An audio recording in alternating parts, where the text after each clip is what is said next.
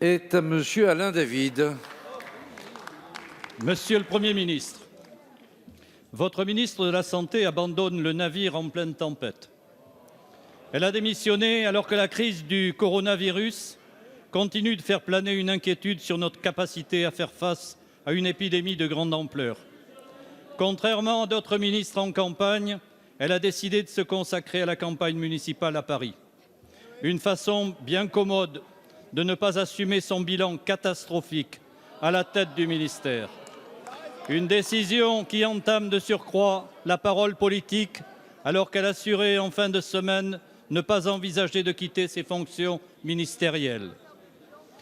Ces 2 ans et 8 mois rue de Grenelle ont été en effet marqués par une crise sans précédent à l'hôpital, par un malaise grandissant des soignants, par des déremboursements de médicaments de plus en plus nombreux, par l'inaction sur le dossier du grand âge, par la contestation dans les EHPAD et par la colère grandissante contre votre projet de réforme des retraites, aussi inutile qu'injuste.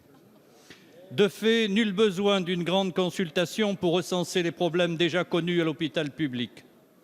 Faut-il rappeler la démission massive de très nombreux chefs de service ces dernières semaines et les besoins criants des personnels et des moyens, tant en urgence que dans de nombreux services.